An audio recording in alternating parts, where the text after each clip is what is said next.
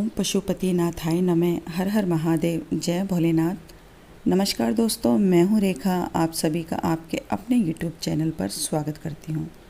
आज की इस वीडियो में आप ही के द्वारा पूछे गए प्रश्नों के उत्तर मैं देने वाली हूँ। आप सभी से अनुरोध है कि वीडियो को शुरू से लेकर अंत तक ध्यानपूर्वक अवश्य सुने। हो सकता है कि आपके भी किसी प्रश्न का आंसर आपको मिल जाए।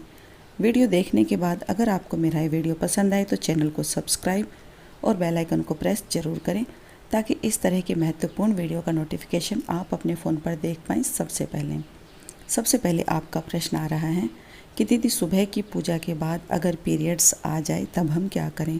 अगर आपको सुबह की पूजा के बाद पीरियड्स आ जाता है, अगर आपके घर में कोई पूजा करने वाला है तो आप उनसे पूजा करवा लें, या फिर आप केवल प्रदोष काल के समय भगवान पशुपतिनाथ जी का ध्यान करें, स्मरण करें। बिना पूजा के ही आप अपने व्रत को कंटिन्यू रखें। शाम की पूजा के बाद, यानी कि मानसिक पूजा के बाद, आप अपने व्रत को जिस तरह से करते आ रहे हैं, खोलते आ रहे हैं, उसी समय पर आप अपने व्रत को खोल लें। लेकिन आपको यह व्रत 5 व्रतों की गिनती में नहीं लेना है। आपके 5 व्रतों की गिनती में वही व्रत गिने जाएंगे जिस व्रत में आप दोनों समय पर स्वयं पूजा करोगे। आपका अगला प्रश्न है कि उद्यापन की दान सामग्री अगर मंदिर में पंडित जी ना मिले तब हम किसे दें? आपके अड़ोस पड़ोस में जो भी ब्राह्मण का घर हो, जो भी इस दान सामग्री को खुशी खुशी ले, आप उन्हीं को ये दान सामग्री दे सकते हैं। अगर आपके आसपास में पंडित जी का घर नहीं है, आपको कोई ब्राह्मण नहीं मिलता है, तो किसी वैरागी घर त्यागी को भी आप ये दान सामग्री दे सकते हैं। पशुपतिनाथ की, भोलेनाथ की आप कोई भी पूजा करते हैं और दान सामग्री आप दान में देना चाहते हैं, तो किसी वैरागी साधु संत को दान सामग्री आप दान में दे सकते हैं। आपका अगला प्रश्न है कि व्रत वाले दिन तबीयत ज़्यादा खराब हो जाए और आप बोल रहे हैं कि व्रत बीच में नहीं छोड़ना है, तो ऐसे में हम क्या करें?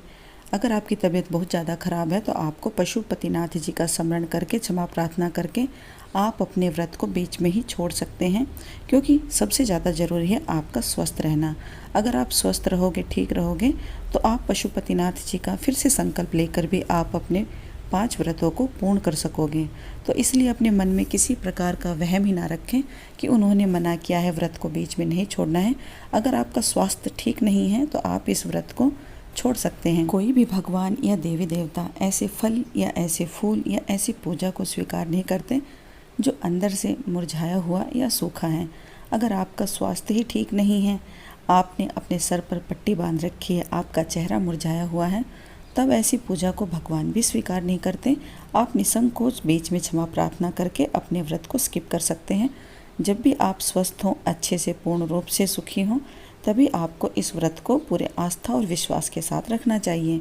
आपका अगला प्रश्न है, पूजा में अगर कोई गलती हो जाए तो दीदी क्या करें? अगर आपसे इस व्रत की पूजा में कोई भी त्रुटि हो जाती है, अगर मान लीजिए आपको लगता है कि आपका व्रत टूट गया है, आपको भगवान पशुपतिनाथ जी का स्मरण करके 108 बार उनके मंत्रों का जाप करना चाहिए। अगर आपसे इस व्रत में कोई भी त्रुटि हुई है तो उस व्रत को आपको 5 व्रतों की गिनती में ही नहीं लेना चाहिए। एक व्रत आपको और ज़्यादा करके ही अपने व्रतों का उद्यापन करना चाहिए। आपका यह प्रश्न भी काफ़ी बार आया हुआ है कि उद्यापन 5वें व्रत को करना है या छठे व्रत को करना है। अगर आप पुरुष हैं तो आपको 5वें व्रत को ही उद्यापन करना होगा। अगर आप महिलाएं हैं तो आपको छठे व्रत को ही उद्यापन करना होगा। पीरियड्स वाले व्रत को आपको 5 व्रतों की गिनती में नहीं लेना है। आपका अगला प्रश्न है कि दीदी, छठा दीपक दरवाजे पर लगाना ही भूल जाए तब हम क्या करें? आपको जब भी याद आए छठा दीपक लगाने की, आपको तभी छठा दीपक लगा देना चाहिए। तभी आपका पशुपति व्रत कंप्लीट माना जाता है। अगर आप यह छठा दीपक दरवाजे पर नहीं लगाते हैं तो आपका व्रत अधूरा ही माना जाता है। और जब भी आपको प्रसाद खाने से पहले छठा दीपक लगाने की याद आए, तभी आप इस दीपक को पशुपतिनाथ जी का स्मरण करके, क्षमा प्रार्थना करके आप इस दीपक को लगा सकते हैं। आपका अगला प्रश्न है कि बेलपत्र चढ़ाना भूल जाएं तब हम क्या करें? बेलपत्र गलती से घर पर ही रह जाए तब हम क्या करें? ऐसे में एक ही उपाय है। अगर किसी चीज़ को आप चढ़ाना भूल जाएं तो या तो आप अगले सोमवार को वो चीज़ें चढ़ा दें। अगर सुबह चढ़ाना भूल जाते हैं तो प्रदोष काल के समय पर भी आप पशुपतिनाथ जी का स्मरण करके वो सभी सामग्री आप मंदिर में चढ़ा सकते हैं। और मान लीजिए आप इस व्रत की पूजा मंदिर में करके आ चुके हैं, लेकिन कुछ सामग्री आप भूल चुके हैं, तो ऐसे में आपके घर के मंदिर में भगवान भोलेनाथ का जो भी चित्रपट है, मूर्ति है, तस्वीर है, आपको वो सभी सामग्री प्रदोष काल में भगवान पशुपतिनाथ जी का स्मरण करके अर्पित कर देनी चाहिए। इससे भी आपका व्रत संपूर्ण माना जाता है। आपका अगला प्रश्न है कि सुबह कितनी बाती का दीपक हमें लगाना चाहिए। सुबह के समय आप एक बाती या जोड़े से 2 बाती का दीपक भी आप लगा सकते हैं। जैसी आपकी इच्छा हो आप वैसे ही कर सकते हैं। आपका अगला प्रश्न है कि शाम के समय हमें 5 दीपक प्रज्वलित करने होते हैं। अगर गलती से 6 दीपक मंदिर में ही जल जाएं तब हम क्या करें? ऐसे में आपको 6ठा दीपक जलता हुआ ही अपने घर के दरवाजे के पास लेकर आना चाहिए। गलती से भी आपको 6ठा दीपक मुंह से या अपने हाथ से नहीं बुझाना चाहिए। आपको जलता हुआ दीपक ही अपने घर के दरवाजे पर लाकर भगवान पशुपतिनाथ का स्मरण करके इस दीपक को लगा देना चाहिए। आपका अगला प्रश्न है कि मंदिर में दीपक पूजा से पहले जलाएं या बाद में। आप सुबह की या शाम की जब भी पूजा करते हैं या फिर कोई भी व्रत हो, आप किसी भी व्रत का पूजन करते हैं, सबसे पहले आपको मूर्तियों को, तस्वीरों को जल से शुद्ध करके शुद्धिकरण करना चाहिए। उनको स्नान कराना चाहिए। स्नान कराने के बाद आपको वस्त्र रूप में उन्हें मोली अवश्य अर्पित करनी चाहिए और उसके तुरंत बाद आपको दीपक प्रज्वलित कर देने चाहिए। इसके बाद आपको संपूर्ण पूजा विधि है वो करनी चाहिए। आपका अगला प्रश्न है कि 5 दिन जो मंदिर में दीपक रख देते हैं, उन दीपकों को हम दोबारा से घर पर लाकर अगले व्रत में इस्तेमाल कर सकते हैं। अगर आपने ये 5 दीपक धातु के, स्टील के या पीतल के इस्तेमाल में लिए हैं, आप इन दीपकों को दोबारा से धुलकर मांजकर दूसरे व्रत के लिए आप अपनी पूजा के योग्य कर सकते हैं। और इसी तरह अगर आपने मिट्टी के दीपक पूजा में लिए हैं तो आपको इन दीपकों को गर्म पानी में धोकर गैरू रंग की मिट्टी या सफ़ेद रंग की जो मिट्टी आती है उससे अच्छे से लेप पोत कर सुखाकर दोबारा से भी आप इन दीपकों को यूज कर सकते हैं। मिट्टी के दीपक तभी खंडित माने जाते हैं जब वो टूट जाते हैं या सावड़ सूतक आपके घर में लग जाता है। इसके अलावा आप इन दीपकों को कलर करके, पेंट करके भी दोबारा से यूज कर सकते हैं। आपका अगला प्रश्न है, अगर दीपक मंदिर में पूजा करते समय बुझ जाएं तो यह क्या संकेत है? क्या हमारा व्रत पूर्ण होगा या नहीं? मैं तो यही कहूँगी, आप पशुपतिनाथ जी पर पूरी आस्था और विश्वास रखते हैं तो मन में किसी भी प्रकार का कोई वहम ही ना रखें।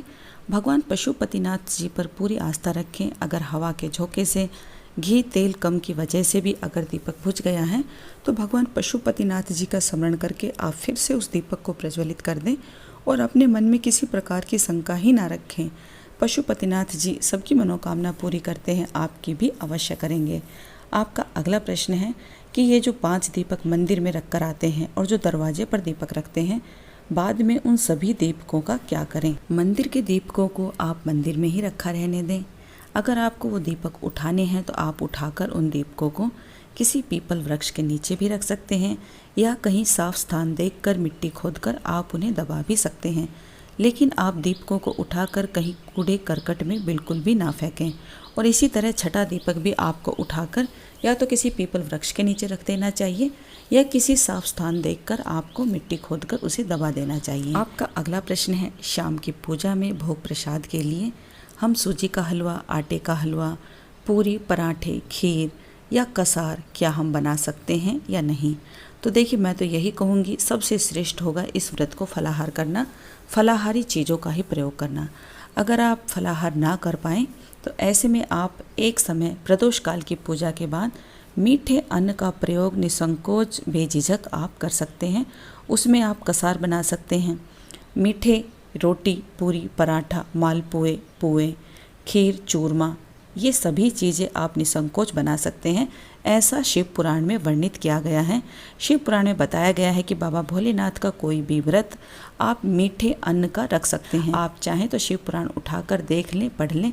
कहीं पर भटकने की या इधर उधर पूछने की आपको कोई आवश्यकता ही नहीं है। बाबा भोलेनाथ का आप जब भी व्रत करते हैं तो या तो आप फलाहार करें या फिर मीठे अन्न का ही आप प्रयोग करें। अगर आपका स्वास्थ्य ठीक नहीं है और आपका बहुत मन है इस व्रत को करने के लिए और आपको कोई ऐसी बीमारी है कि आप मीठे अन्न का या फिर फलाहार का आप व्रत कर ही नहीं सकते, तो ऐसे में आप सभी लोगों को यही सलाह दी जाती है कि ना करने से कुछ करना सदैव लाभकारी और हितकारी ही बताया गया है। आप निसंकोच एक समय शुद्ध सात्विक नमक मिर्च वाला भोजन ग्रहण करके भी आप इस व्रत को कर सकते हैं। इसमें किसी प्रकार का कोई संशय, कोई दुविधा ही नहीं है। पशुपति व्रत 1 सप्ताह के अंदर आपके जितने भी कमेंट थे और जो ज़रूरी थे, मैंने इस वीडियो में आपके वही कमेंट्स लिए हैं।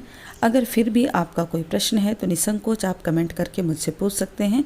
उम्मीद करती हूँ कि यह वीडियो आप सभी के लिए उपयोगी होगी। अगर पसंद आई तो चैनल को लाइक और सब्सक्राइब जरूर करें। मिलती हूँ इसी तरह की एक महत्वपूर्ण वीडियो के साथ। तब तक के लिए हर हर महादेव, जय भोलेनाथ।